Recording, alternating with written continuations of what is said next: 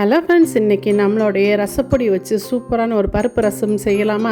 அதுக்கு ஒரு 50 கிராம் பருப்பு எடுத்துருக்கேன். 3 தக்காளி, பெருங்காயம், நல்லெண்ணெய் ஊற்றி ஒரு 3 விசில் வச்சுக்கிறலாம். இப்போ பார்த்திங்கன்னா 3 விசில் ரெடி ஆகிடுச்சு. பருப்பு பார்த்திங்கன்னா தக்காளி எடுக்க தோல் எடுத்துகிட்டு தக்காளியோடு சேர்த்து மசிச்சு விட்ருங்க. ரசத்துக்கு தேவையான ஒரு தண்ணி ஊற்றிடுங்க. இப்போ உப்பு சேர்த்துக்கிடுவோம் நம்ம.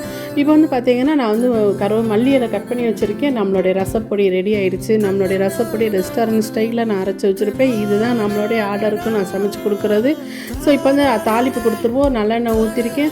ரசம் தாளிக்கிறதுக்கு எப்பயுமே பெருங்காயம் சேர்த்துக்கோங்க. கடந்த பருப்பு சிறிது சீரகம், ஒரு 3 மிளகுனாலும் சேர்த்துக்கோங்க. அப்புறம் இடித்து வச்சுருக்க பச்சை மிளகாய், வெள்ளைப்பூடி சேர்த்து கருவேப்பிலை சேர்த்து நம்ம ரெடி பண்ணி வச்சுருக்கிற அந்த ரசத்தில் ஊற்றிடுங்க. நான் வச்சுருக்க அளவு 1 லிட்டர் அளவுக்கு வச்சுருக்கேன். இதுக்கு 1.5 ஸ்பூன் சேர்த்துருக்கேன்.